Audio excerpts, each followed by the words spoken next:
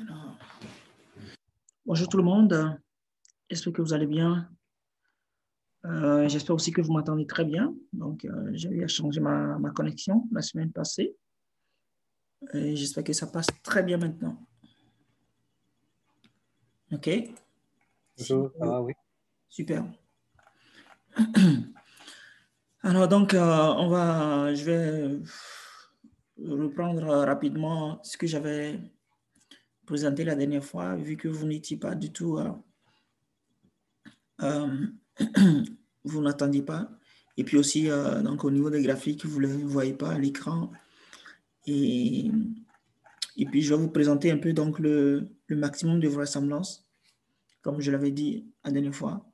Donc, j'ai essayé d'écrire la formule. Donc, vous voyez l'écran?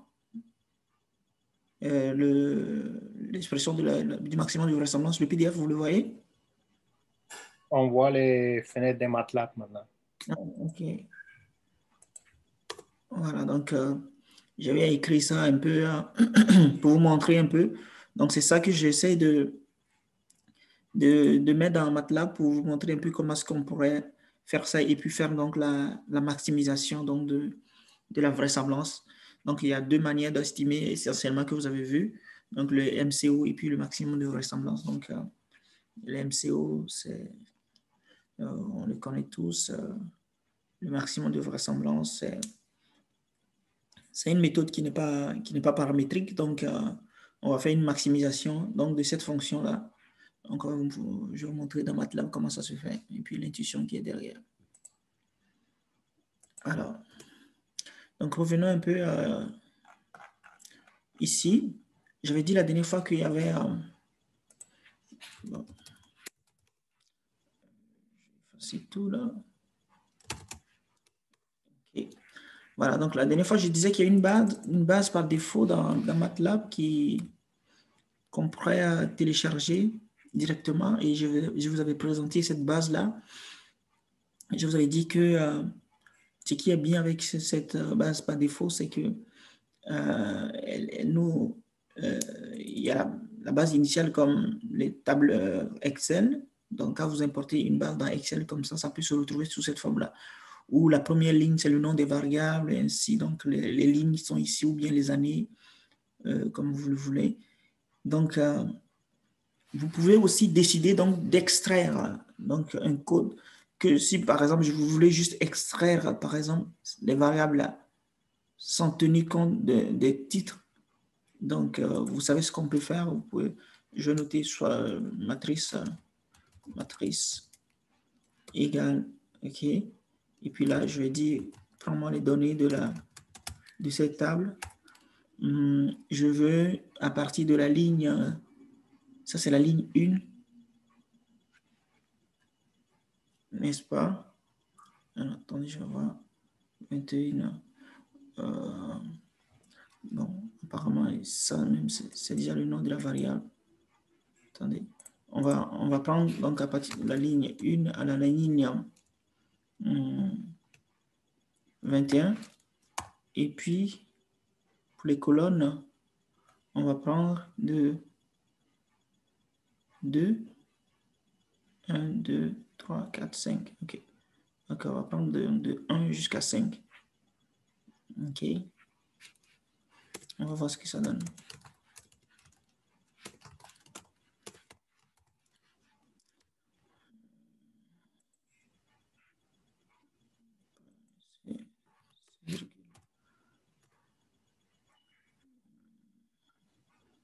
Là, il a fait sortir tout. D'accord, on va prendre donc de la ligne 2. Oups. On va prendre donc de deuxième ligne jusqu'à la cinquième colonne. Et cinquième ligne, et deuxième colonne jusqu'à la cinquième colonne et deuxième ligne. Là, il prend... Ah oui. Il prend toujours le titre. Oui, parce que là, il a mis dans... OK, je vois. Prenons plutôt dans... Parce que ça, c'est une table. Et il vous a... C'est-à-dire que quand vous essayez d'extraire dans une table, il le met toujours en table, mais si vous voulez l'avoir en matrice, donc on pourrait toujours extraire, donc prenons plutôt data, au lieu de prendre data table, on va prendre data, cette base-là. Donc, on a pris à partir de, on va comparer ce que ça donne. OK, donc celle-là, elle commence à partir de, donc vous voyez à partir de, la première colonne c'est 22.58, donc c'est ici. Donc essentiellement ce qu'on a fait, donc on avait dit donc à partir de la deuxième ligne jusqu'à la ligne 21 et à partir de la deuxième colonne jusqu'à la colonne 5. Donc on s'attend à ce qu'il ne prenne pas ça, parce que ça c'est la première colonne, elle ne doit pas être considérée, et la première ligne non plus ne doit pas être considérée. Donc il nous prend à partir d'ici jusque là, jusqu'en bas. Donc ça fait 22.58 jusqu'à 0.1496 et jusqu'à bas. Donc c'est juste un exemple que j'ai fait pour vous montrer que vous pouvez extraire donc de la matrice une composante que vous voulez en spécifiant vraiment les coordonnées vraiment de cette sous-matrice ou bien un vecteur que vous voulez. Donc, c'est essentiellement ce qu'on a commencé à faire ici. Donc, dans Data, on lui a pas spécifié vraiment la ligne. On a juste spécifié les colonnes. Donc, quand vous ne spécifiez pas la ligne, bien, il va considérer toutes les lignes. OK. Donc, supposons que dans mon cas précédent, ici, je ne mets rien. Je ne mets pas de début, je ne mets ni de fin. Donc là, il va prendre vraiment toutes les lignes. Donc, vous allez voir que...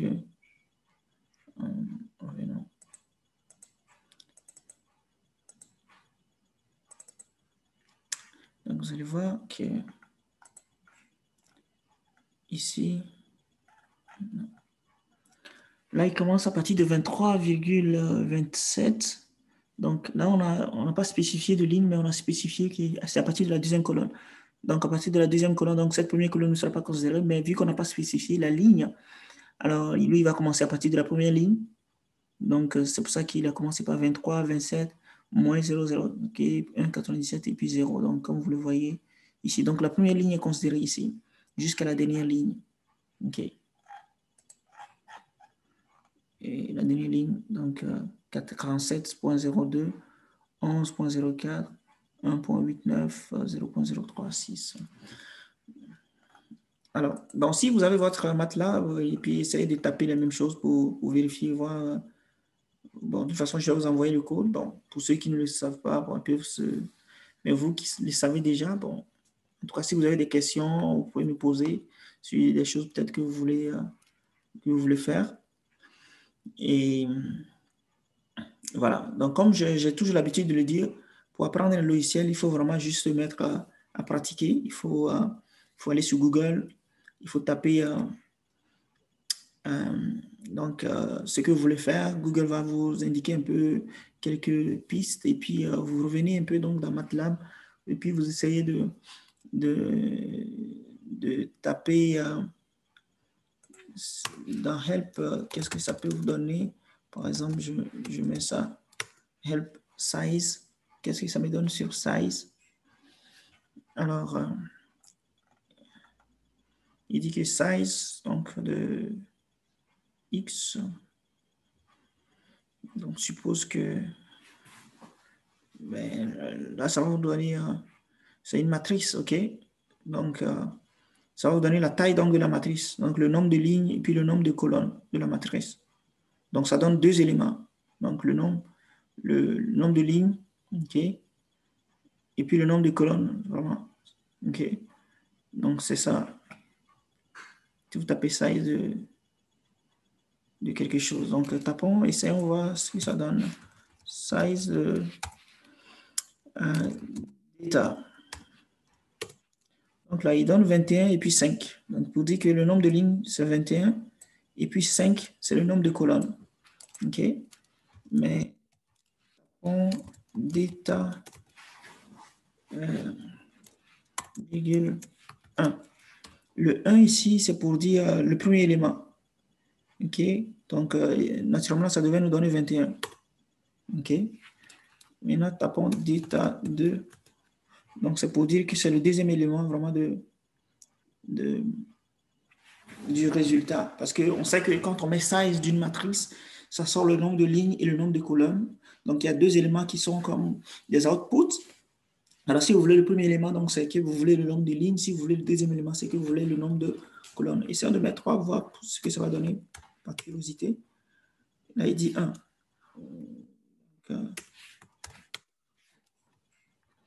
Vous voyez que là, il ne répond plus à aucune règle. Là. Il met toujours 1, 1, 1, 1. Okay? C'est parce que vous lui demandez une dimension qui n'existe pas.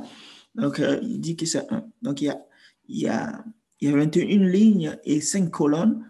Les autres dimensions, n'existent pas ici.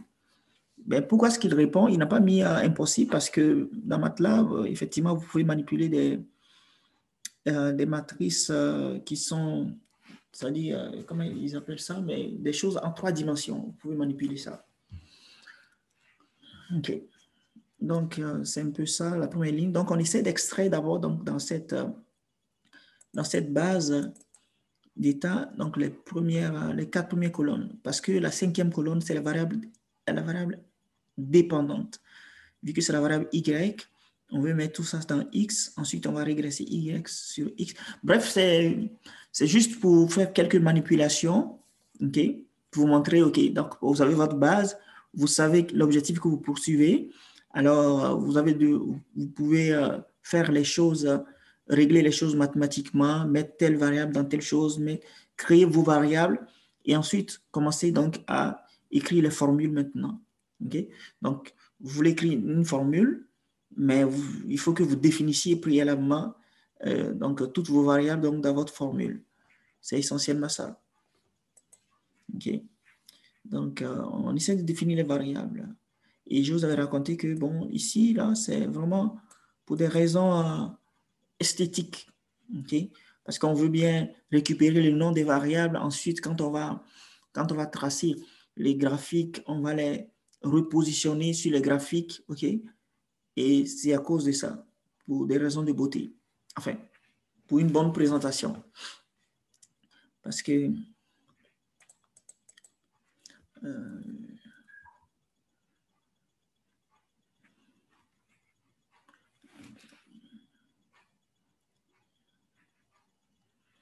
et lui, donc je vous avais dit que c'est le nom des variables qu'on met dans predict names. Bon, je vais vous le montrer.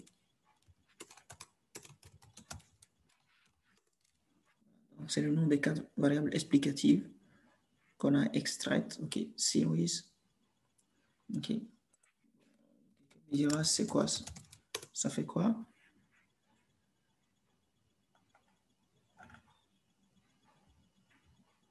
OK. Donc, c'est une variable qui vous donne donc le type de cellule. Bon, je ne sais pas si... c'est-à-dire que... je vais mettre series 5. OK. Donc là, il vous donne voilà, le nom de la variable donc de la 5e colonne.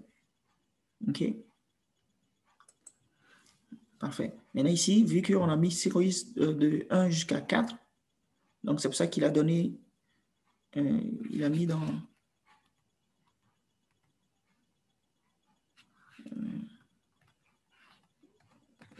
mettons ça par exemple. Donc, vous voyez donc de 1 jusqu'à 5, là, il vous donne tous les noms des variables. Donc, l'essentiel, c'est de savoir un peu ces noms-là. D'abord, savoir ce que vous voulez faire. Et puis, vous mettez dans Google ce que vous voulez faire. Et puis, il va vous donner quelque chose de ce genre-là. Quelqu'un va vous dire, utilisez la fonction series. Et là, donc, vous venez, maintenant, vous tapez Help Series et puis vous essayez de jouer avec pour comprendre mieux ce que ça fait. Et là, vous pouvez l'utiliser au mieux pour faire ce que vous voulez. OK? Et là, je vous avais dit aussi qu'ici, ce que ça fait essentiellement, c'est pour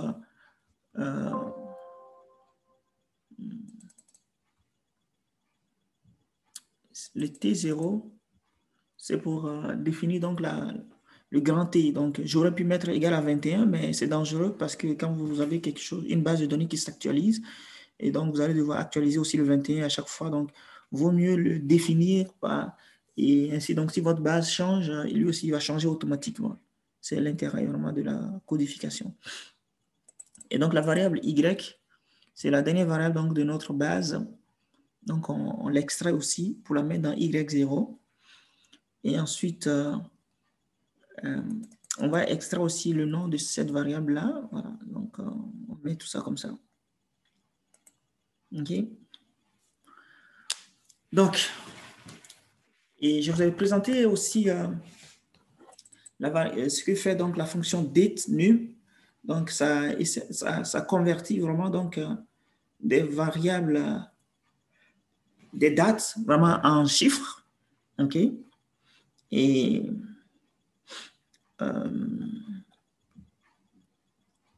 donc, ça convertit des dates. OK? Mais ces dates ici, nous, on n'a que des années.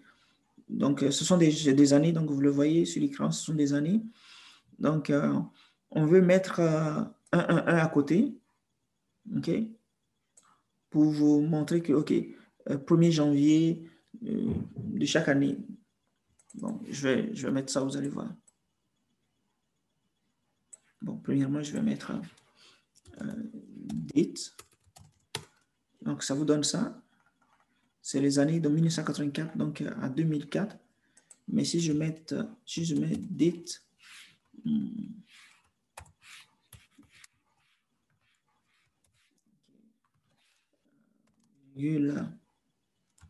once de T0.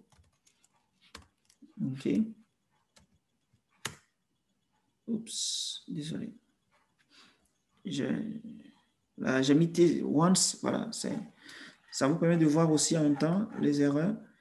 Parce que quand vous mettez once de T0 comme ça, c'est que vous êtes en train de dire que il n'a qu'à. Bon, je vais mettre petit once 2 comme ça. Là, il va vous créer une matrice en fait. Donc 2 lignes, 2 colonnes. OK? Si vous mettez once 3, il va créer une matrice 3 lignes, 3 colonnes. Mais par contre, si vous mettez once 3,2, il va vous créer une matrice 3 lignes, 2 colonnes. OK? Donc, parce que ici, je ne l'ai pas, j'avais mis T0, du coup, il m'a créé une matrice 21 lignes, 21 colonnes. Donc, moi, je vais mettre T01. Et là, vous voyez, donc, là, il a créé une matrice vraiment de 2 lignes, et puis 21 lignes, une colonne, et 2 colonnes, pardon. Et ça, c'est l'année, et puis ça, c'est le mois. Donc, si on veut, on peut mettre 2, c'est-à-dire que le 1, on en veut 2. On veut 1.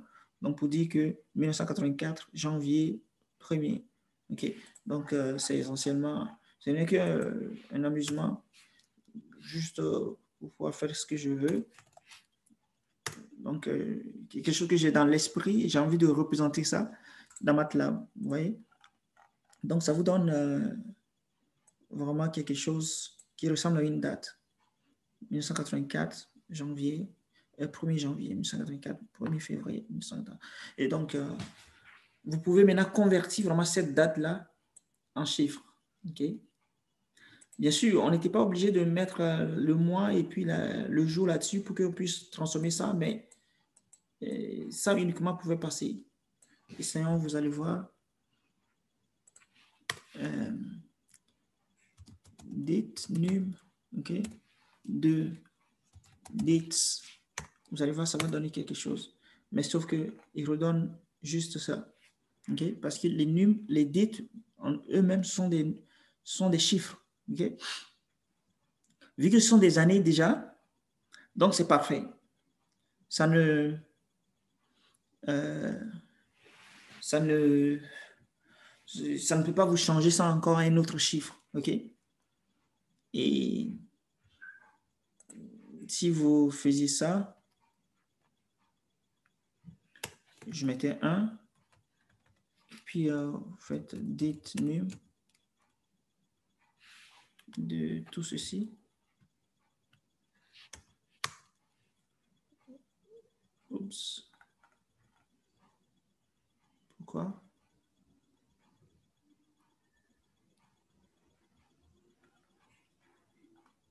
Pourquoi ça n'a pas marché? Exécutons ça d'abord pour voir. Date news. Oui, c'est ça, il les a convertis. Mais pourquoi ici, il ne les a pas fait? Bon, essayons voir. OK. Parce que j'essaie de ne pas mettre le jour pour mettre juste le mois pour voir si ça va marcher, mais apparemment, ça ne marche pas. OK, ça ne marche pas non plus. Donc, il faut vraiment le jour, le mois et l'année pour qu'il puisse se reconnaître vraiment, pour qu'il puisse le transformer en un chiffre pour vous. OK? Donc, c'est comme ça que ça se passe. Donc, il y a des choses. Moi, je n'ai même pas pensé qu'effectivement, il ne pouvait pas ne pas le faire. Donc, je viens de m'en rendre compte. Donc, s'il n'y avait pas ce 2, il ne peut pas. Attends, je vais essayer pour voir si j'essaie de mettre la minute. Donc, le jour, le mois, non, donc l'année, le jour. Attendez, je vais vous montrer d'abord. OK, donc ce que je suis en train de dire, c'est qu'on a l'année, le mois, le jour et puis l'heure. OK, la première, 1h du matin. Je vois si il reconnaît ça. OK. Comme ça. Ouais, il ne reconnaît pas. Voilà, là, il reconnaît. Donc, il reconnaît seulement que l'année, le jour et le mois. OK, c'est un peu comme ça que vous allez apprendre à utiliser des fonctions. Donc, si vous voulez convertir une date en des chiffres, il faut que votre date soit dans le format année, mois, jour. Année, mois, jour. OK. Voilà, donc c'est un peu ça.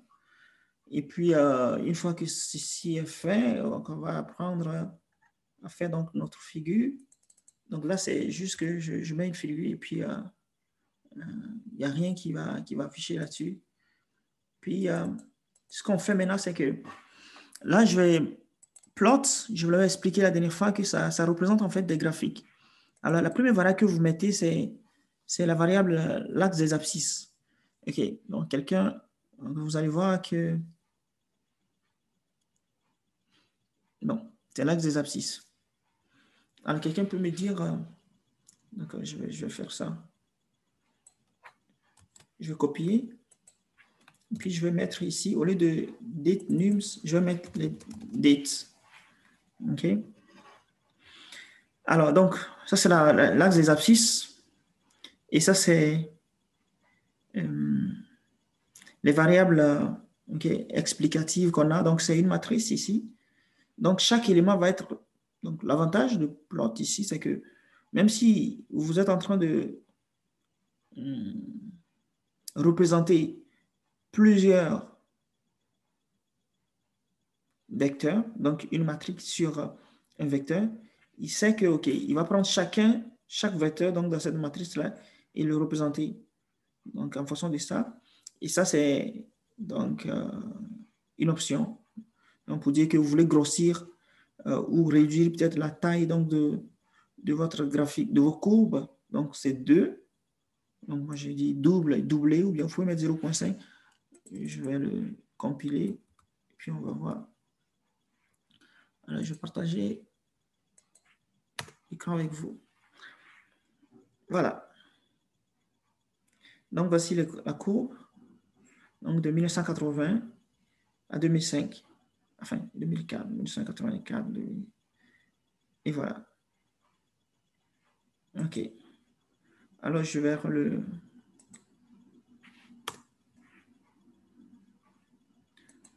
je vais essayer de faire ça.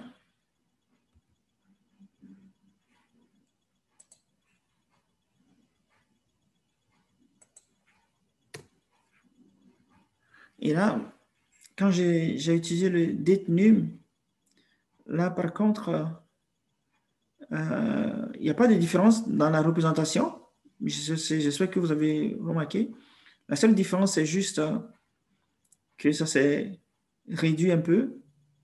OK? C'est juste que il y a, comment je vais dire, pour les dates. OK.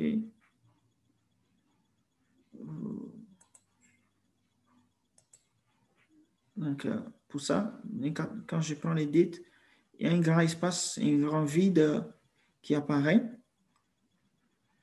Mais quand on essaie de... Parce que c'est un écart de 5 ans. OK. C'est dans les écarts il représente vraiment un écart de 5 ans et il laisse un grand vide ici. Mais par contre, quand vous essayez de mettre ça en numérique, OK, est-ce que vous voyez l'écran du graphique? Allô? Oui, on le voit. OK, c'est parfait. Je parle que ça nous joue le rôle. Donc ici, c'est un peu serré. Sinon, il n'y a pas grande différence. OK? Mais ça vous permet quand même de voir OK, comment changer des dates en numérique si vous voulez faire des manipulations au cas où vraiment les dates là ne sont pas... Parce qu'ici, notre date, l'avantage qu'on a, c'est que c'est une date qui est numérique. Il n'y a pas de mois ni de jours. Donc, vous pouvez faire votre représentation parce que c'est en année, mais pour des données financières, bon, pourquoi j'ai tenu à faire ça? Pour des données financières où les données sont comme mensuelles sur plusieurs années. Okay? Donc, vous avez janvier 2020, février 2020, décembre 2020, janvier 2021 et février 2021. Bien, là, vous avez quand même, c'est pas juste des années 2020, 2021 là.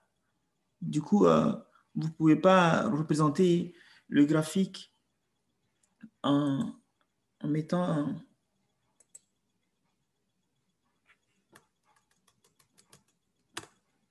Vous ne pouvez pas représenter votre graphique en faisant ceci, en utilisant la fonction là, date, en utilisant date.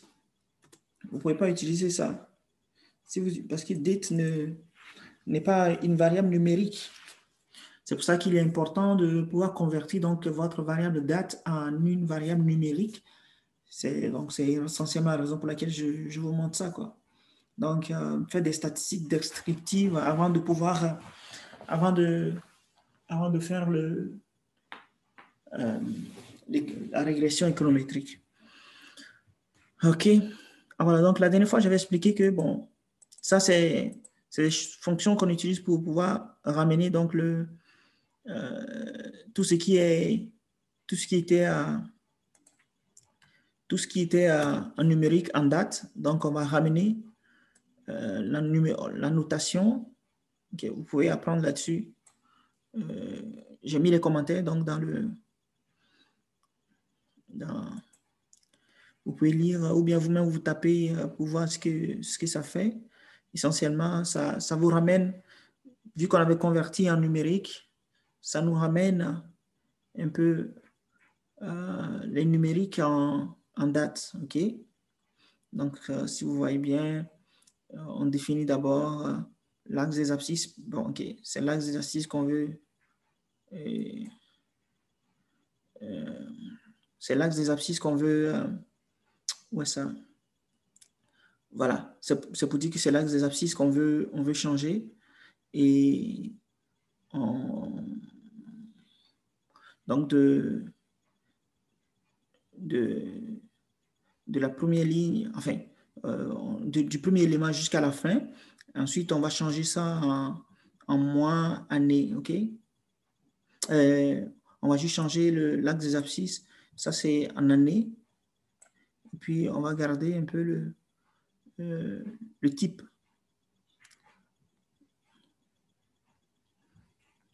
Parfait. Donc, vous pouvez lire un peu pour savoir profondément ce que ça fait. Donc, bon, je vais vous montrer le résultat. Voilà, c'est ça. Donc, on a retransformé la notation. Et puis, vous voyez bien aussi, donc, ça a ramené donc, du début, parce qu'on veut noter l'abscisse donc du début à la fin. C'est-à-dire, vous avez vu, 2005 a disparu, mais on lui a donné un écart de 2 là-dedans. Je ne sais pas si vous avez vu. Ici, le 2, ça est où? Voilà, c'est ça.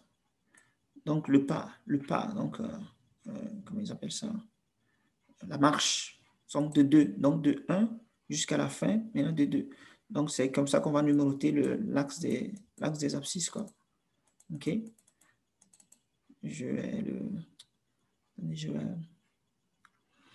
Essayons de faire la courbe avec date. Et puis, on va voir si on essaie de ramener. Donc, vous voyez la courbe. La courbe est là. OK? On va essayer de ramener aussi, comme ça. Vous voyez ce que j'ai fait? C'est-à-dire que je disais que, OK, on va restructurer l'axe des abscisses, mais le problème, c'est que c'est détenu. Pardonnez. Je vais écrire ça.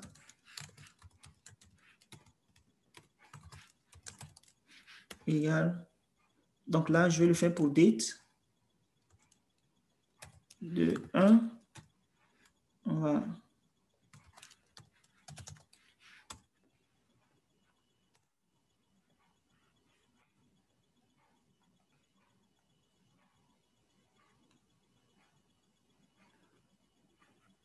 OK.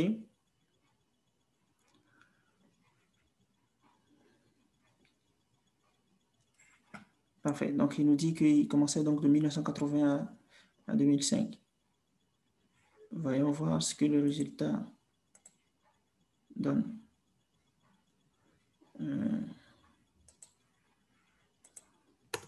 Donc, de 1984 à 2005. Non, ça n'a rien changé. Hein.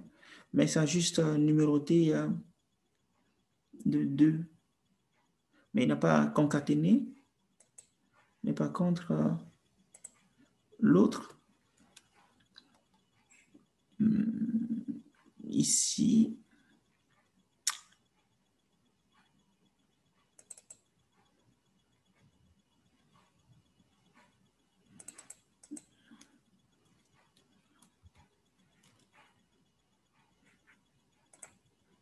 on va voir ce que ça va donner.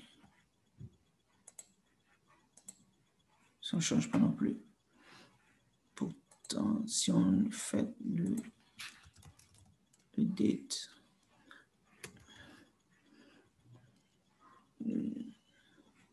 okay, mais quand on le change en numérique, la différence, c'est que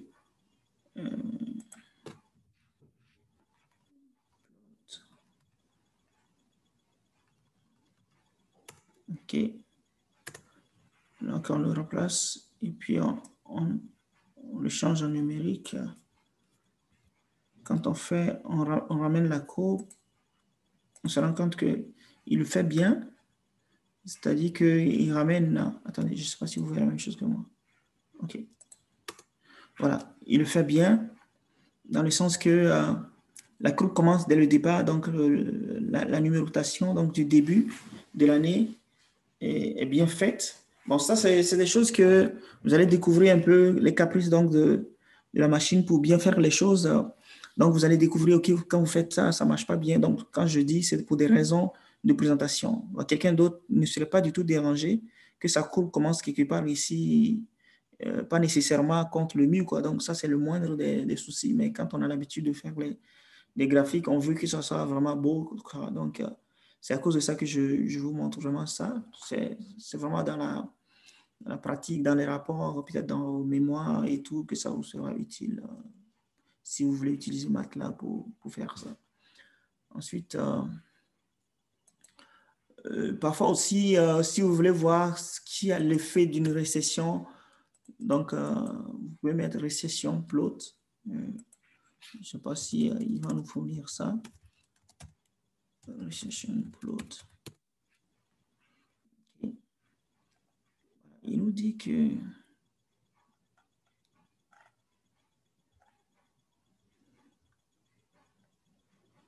National Bureau of Economic Research, US Business Center. Bon.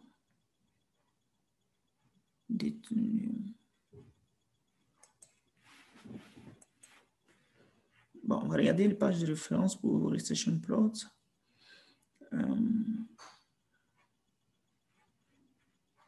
Est-ce que vous voyez le même graphique, la même page que moi?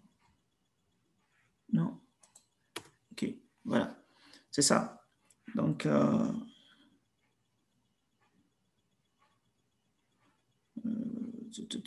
description, voilà. Donc, il va vous présenter donc les bandes.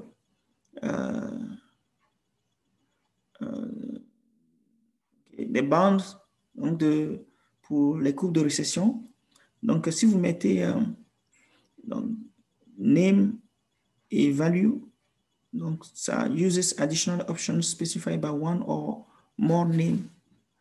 Donc, si vous voulez mettre des spécifications, donc ils ont des exemples, vous pouvez regarder pour voir, OK, qu'est-ce qu'il fait plus concrètement. Mais ici, c'est juste pour tracer des bandes, OK, donc s'il y a les courbes de récession, de tracer les bandes, donc vous voyez, ah non, vous ne voyez pas. Voilà, donc vous voyez. Donc il y a ces récessions. Et puis vous allez voir, vous allez analyser, est-ce que, OK, pendant ces temps de récession, est-ce que vos courbes ont subi des modifications, une augmentation ou bien une diminution et tout. Donc vous pouvez analyser ça aussi. OK? Donc je clarifie que les courbes de récession n'ont rien à voir essentiellement aussi avec les données. Essentiellement, c'est le PIB du pays en question que vous allez regarder pour voir, OK, est-ce que pendant la période de récession, ou bien même c'est des dates qui sont incorporées même par MATLAB. Donc, vous allez regarder un peu les options dans MATLAB, comment utiliser la recession plot. Donc, ça aussi, vous pouvez les mettre pour montrer, OK, que pendant les périodes de récession, il y avait eu des effets et tout et tout. OK, bon là, c'est pour nommer le nom des variables, donc c'est pas un problème du tout. Donc, on va nommer l'axe des abscisses, l'axe des coordonnées. Ensuite, ce monsieur, c'est pour donner la localisation, okay, la légende. Donc, la légende, help, légende. Donc, on va préciser la légende. Et puis ça, c'est pour dire, OK, quelle variable représente la variable légende et la location, okay, donc à quel coin va se retrouver donc la légende. Donc, on avait dit le nord-ouest, donc dans l'angle à gauche, en haut, voilà, donc c'est le nord-ouest. Et cette variable, c'est predicte, names 0. Donc, vous voyez, c'est series, donc les noms des variables, donc des 4 premières variables, ce sont ces variables-là qu'on a représentées, donc il va nous représenter donc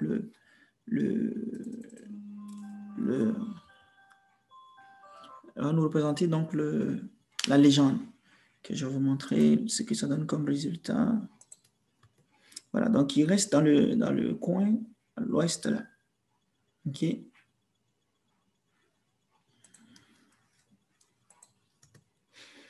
puis le titre, bon, vous savez ça.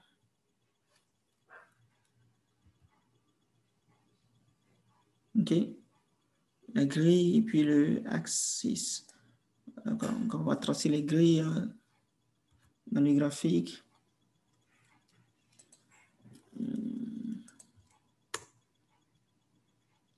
C'est ça. Bon. Essentiellement, ça rend beaucoup plus présentable aussi. Donc, c'est juste pour nous connecter, enfin, pour nous faire comme une introduction à la représentation des courbes et tout.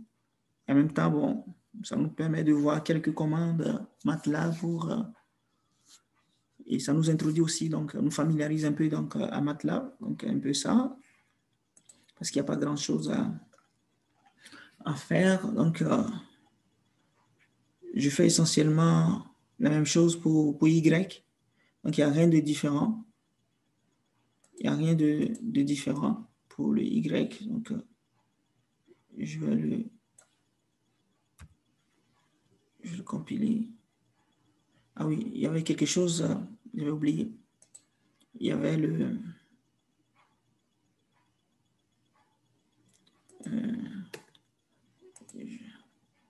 pour Y, je sais que j'avais présenté comment ça s'appelle, le trend, la tendance. Donc, tracer la tendance, voilà, c'est ça. Donc, dans le plot, si vous mettez la variable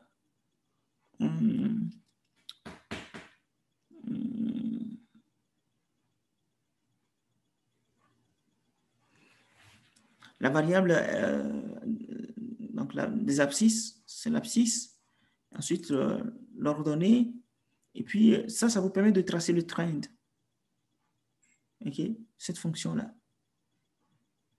Ça vous permet de tracer le trend. Bon, en le versant, vous allez voir. Bon, copions ça.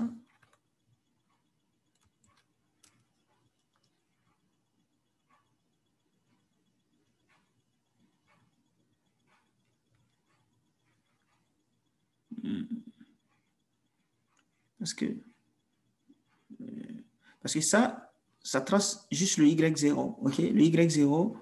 Et puis ça, c'est le en noir. C'est que vous mettez ça en noir et puis l'épaisseur, c'est 2. Mais ça permet de tracer le trend. OK? Comment je vais mettre help trend. OK? Vous allez voir que on appelle ça la variable cyclique. Parce que quand vous enlevez le trend, OK? Donc, the trend remove a linear trend from a vector. Okay, usually for, je sais pas, FFT procession, processus stochastique, je sais pas si c'est ça, mais voilà, série temporelle. Ok. Pour les séries temporelles, quand vous faites des trends, c'est que vous allez enlever la tendance, vous enlevez le trend. Donc, ce que ça vous retourne, c'est la variable cyclique. Ok. Alors, donc, si vous faites la variable elle-même moins la variable cyclique, c'est que vous allez retomber sur le trend même. OK? Parce que souvent, on ne s'intéresse pas au trend, on s'intéresse seulement au cycle pour analyser la conjoncture. Donc, si vous voulez représenter finalement le trend, et ça va faire Y0, OK, moins le cycle, hein? C'est ça. Parce que quand vous mettez ça, ça vous donne le trend, le cycle, okay, la variation. Bon, c'est mieux que je le représente un peu pour vous. Donc, représentons un peu le plot. Dit nums, ok.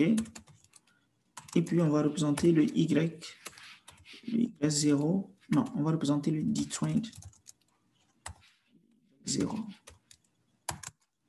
On va le représenter en green. OK.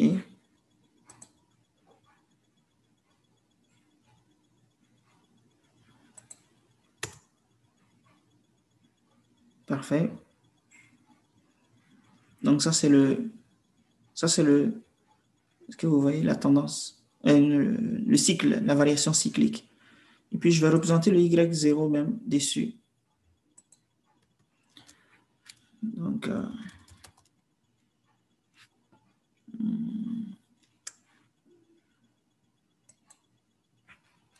je vais essayer de voir si ça peut le présenter.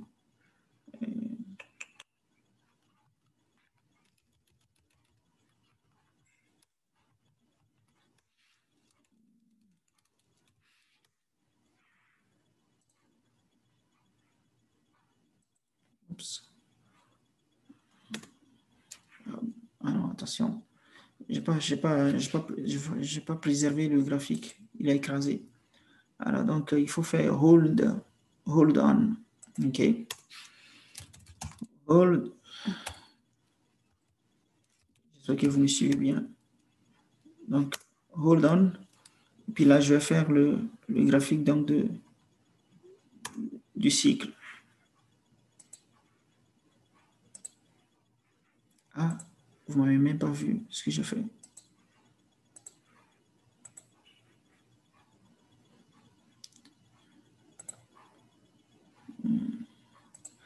Voilà. Donc, le bleu, c'est la variable elle-même. Le vert, c'est la tendance. Et puis, on va représenter donc, on va représenter la tendance elle-même. OK? Parce qu'on a représenté la variable même, on a représenté le cycle. Donc, la tendance, ce n'est rien d'autre que la variable moins le cycle. Ah non, vous ne voyez pas sûrement l'écran. Voilà. Donc, ici, je disais que ça, c'est pour représenter le cycle. Et là, on va représenter la tendance. Dans une autre couleur, je vais mettre le red. Donc, en rouge. Et voilà. Donc, ça nous donne un peu la tendance aussi. Donc, la tendance, le Y0 et le cycle. Le cycle, c'est Y0 moins la tendance. La tendance, c'est Y0 moins le cycle. Y0, c'est ça plus ça. Donc, la tendance plus le cycle. Okay, parce qu'il y a un mouvement tendanciel et puis il y a un mouvement conjoncturel. Donc, la tendance, c'est comme le long terme et le cycle, c'est le court terme. C'est la conjoncture. OK. Bon, ça, c'est vraiment de manière générale pour vous donner quelques illustrations. Mais bon, ce qui concerne l'économétrie, les MCO, bon, essentiellement, ce n'est pas le plus difficile parce qu'il suffit juste de pouvoir regrouper vos variables x0. Et puis, ici, ce que j'ai fait, c'est que j'essaie de mettre la constante à côté. Enfin, oui, la constante, la variable 1, pour que quand on va estimer le modèle puisse considérer la constante. Donc, j'ai créé une autre matrice qui s'appelle x0i. Et maintenant, bon, ça c'est vraiment pour jouer, hein. C'est pour créer une table en fait qui va bien représenter les choses avec le nom des variables et tout, quoi. Donc, il n'y a rien d'extraordinaire. Et là, l'estimation, bon, vous pouvez utiliser toutes les formules que vous voulez. Vous pouvez utiliser x0i, c'est-à-dire que vous pouvez faire ça. Bêta égale x0i, c'était quoi déjà? X prime x. Donc,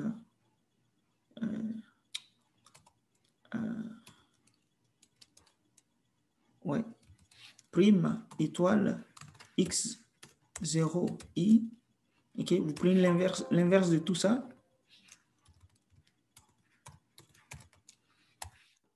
Okay. Et vous multipliez par x0i prime, ok, étoile y0. D'accord? Ça aussi, c'est bon, ça vous donne l'estimation. Donc, ça, c'est le coefficient donc, de la constante. Ça, c'est le coefficient donc, de la première variable, le coefficient de la deuxième variable, troisième variable, quatrième variable.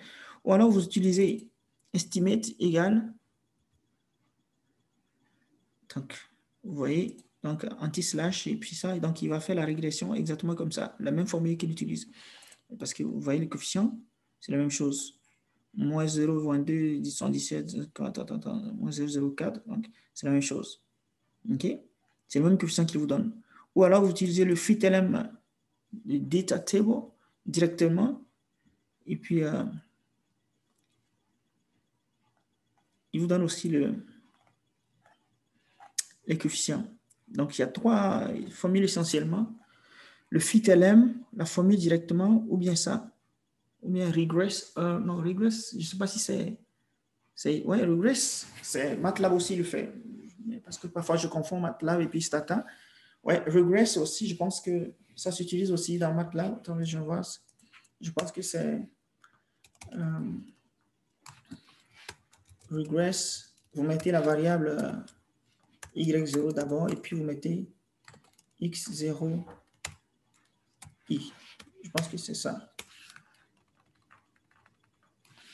Et c'est ça. Donc, vous pouvez utiliser ça aussi.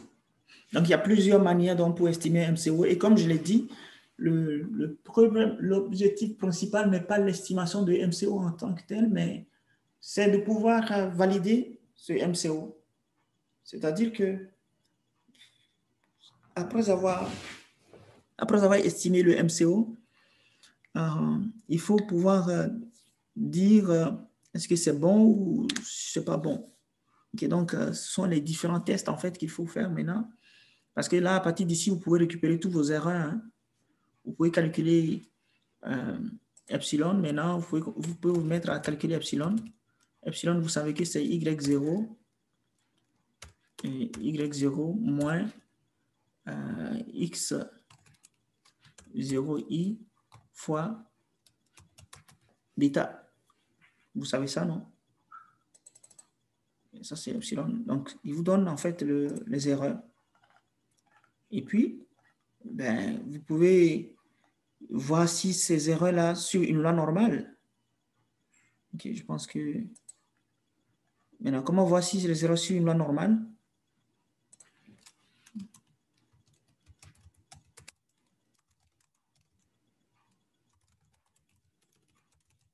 Comment voir si les erreurs sur une loi normale? Donc, il y a plusieurs manières donc, de vérifier cela. Je sais qu'il y a le QQplot. Je ne sais pas, dans MATLAB, comment est-ce que ça se nomme? QQplot. Je vais voir si ça va me faire sortir. OK, donc il y a le normplot aussi que vous pouvez utiliser, ou bien le QQplot. Voilà, donc QQplot comme ça, directement, de epsilon. OK, epsilon. Et le résultat.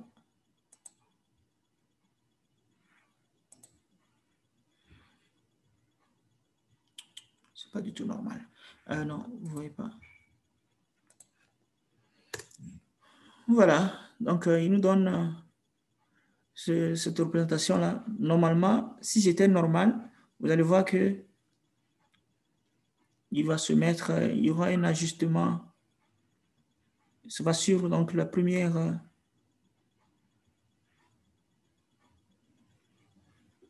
Il va rester un peu. Les deux vont être superposés. Et là, vous pouvez utiliser aussi, là, comment il s'appelle ce monsieur? Je sais que le professeur Douglas ne fait pas vraiment les cours sur les tests statistiques. De normalité, par exemple, il y a le... Comment il s'appelle ce monsieur?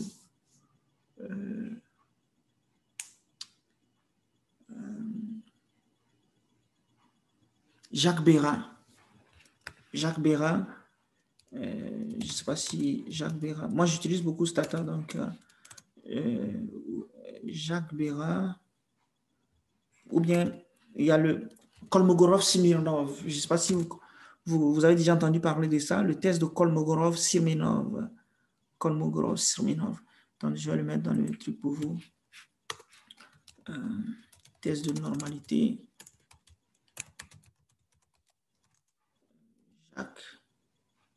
Jacques Béra. Kolmogorov. Smirnov. Donc, je pense que c'est KS peut-être. Voilà, c'est ça. KS. Donc, c'est pas ça. Donc, vous pouvez taper dans Google, OK, comment faire le test de Kolmogorov-Smirnov. Et puis, Google va vous sortir, OK, la formule qui le fait dans MATLAB. Donc, vous tapez Kolmogorov-Smirnov, MATLAB, et puis il va vous donner la commande, et puis vous faites help sur la commande, vous pouvez voir comment ça s'utilise, et puis comment vous pouvez interpréter. Donc, bref, c'est tout ce qui se fait après donc, la régression qui est le plus important en soi. Mais une fois que vous avez fait la régression, vous pouvez récupérer toutes les formules, les erreurs, vous pouvez calculer tout ce qui est fait théoriquement, vous pouvez le calculer, OK? Et faire tout ce qu'il y a comme analyse aussi. Et finalement, donc, je voulais vous présenter donc le maximum de vraisemblance. Donc, j'avais dit, bon, j'ai pris la même donnée, c'est la même chose. Maintenant, ce que je voulais faire, c'est que je voulais vous montrer en fait comment est-ce que vous pouvez calculer le maximum de vraisemblance et puis faire donc calculer la vraisemblance premièrement et puis maximiser la vraisemblance. Ok, donc j'ai mis la chose sur feuille. Je vais vous projeter ça. J'espère que c'est un peu clair pour vous. Donc, la formule de la vraisemblance, c'est vraiment le produit de toutes les fonctions de densité. OK? Donc, fonction de densité, donc des résidus, des epsilon. Voilà, donc, on suppose qu'à la base, que les epsilons suivent une loi normale. Donc, on va dire que la densité de ça, bon, c'est vrai que je suis allé rapidement. Hein, je suppose que vous avez vu ça dans le cours. Enfin, vous devrez le voir normalement. La densité donc de la loi normale, c'est 1 sur sigma racine carrée de 2pi exponentielle de moins 1 sur 2 sigma carré epsilon carré. OK? Maintenant, ce qu'il y a, c'est que quand on fait le produit de tout ça, les 1 sur sigma racine de 2pi vont se multiplier t fois et les exponentielles aussi vont se multiplier. Donc, ça va faire l'exponentielle d'une somme. Et ça, c'est les epsilon t. L'epsilon t que j'ai remplacé par yt moins bêta xt, le tout au carré.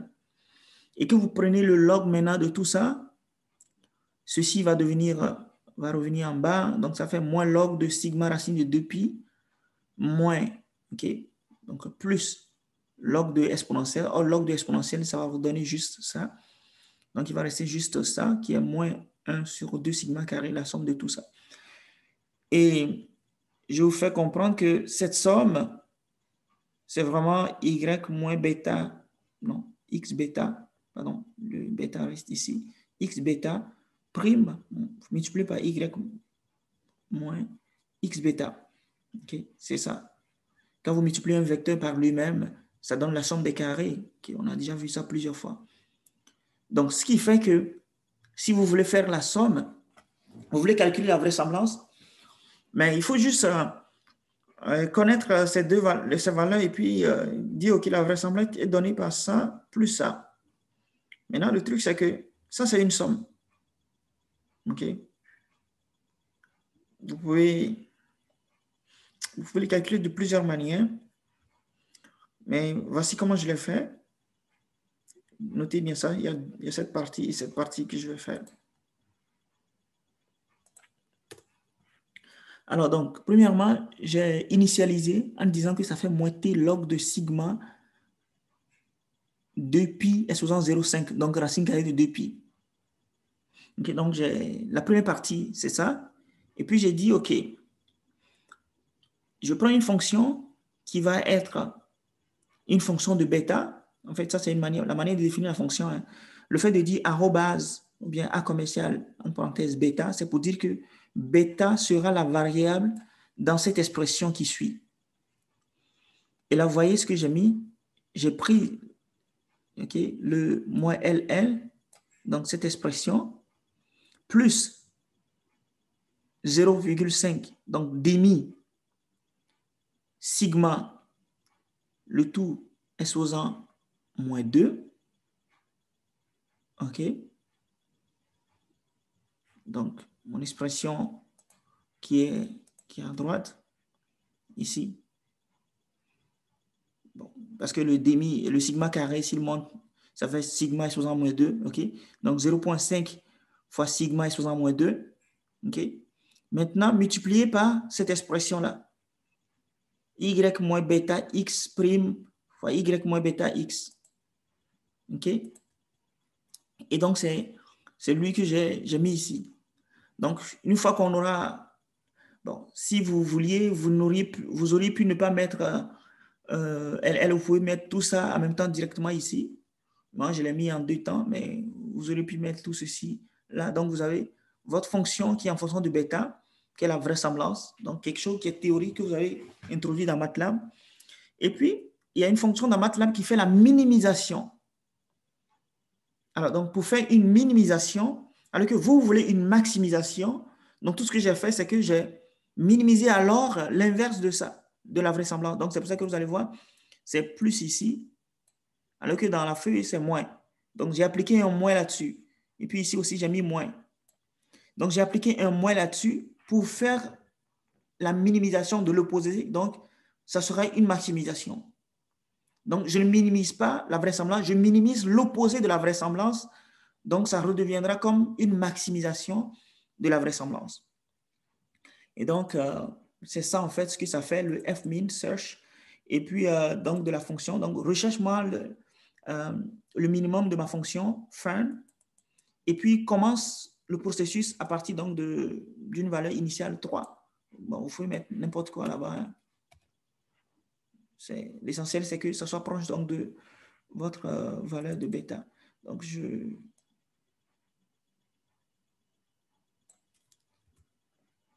et là, il vous donne que bêta égale à 0,01. Et puis, le maximum, c'est, bon, le minimum, bien entendu. Le minimum qu'il vous a trouvé, c'est moins 16. Donc, le maximum, c'est 16 dans le fond. Parce qu'on a minimisé, en fait, l'inverse. Donc, le maximum doit être 16. OK. Puis, j'essaie de le calculer autrement pour vous aussi. Donc, par MCO, j'essaie de le trouver par MCO aussi. Et ça donne la même chose. Donc, pour dire que dans ce cas précis, le MCO et puis le maximum de vraisemblance tombent sur la même valeur. OK?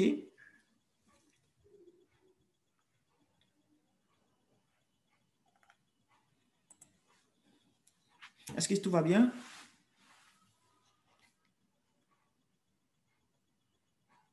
Je vais vous envoyer ce code et puis vous allez pouvoir manipuler ça et puis voir ce que vous pourrez apprendre encore de plus. Bien entendu, hein, le Google est vraiment là pour ça. Si, quand vous-même vous l'avez remarqué, je n'ai pas mis tout dans ma tête là. C'est quand j'ai besoin, je vais sur Google, j'évite vraiment de garder beaucoup en tête pour l'instant parce que tout est disponible. Et puis, mais sachez à peu près ce que vous pouvez, comment retrouver vos résultats. OK.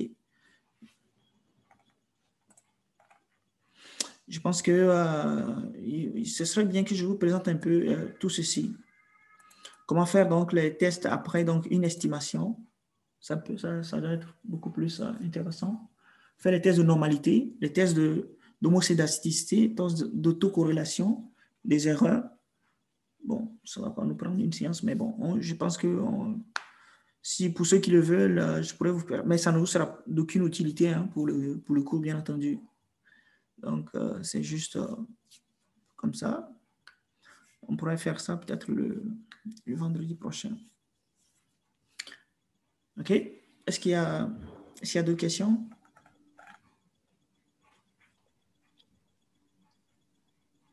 Mais moi, c'est juste une petite question.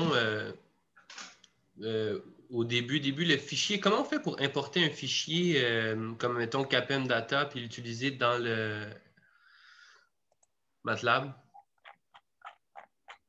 C'est ça, XLSRead. Mais est-ce qu'il faut sauver le fichier quelque part de spécifique ou? Bon, là, oui, il faut le mettre dans le dossier de ton... Parce que tu vois, là, il est dans le... Je suis dans Users, Editor, Download, Lab, Echo, Hiver, TP1. Donc, j'ai mis le fichier là-bas. Et c'est là-bas que mon code se retrouve aussi. Du coup, je n'ai pas nécessairement besoin de lui mettre une direction.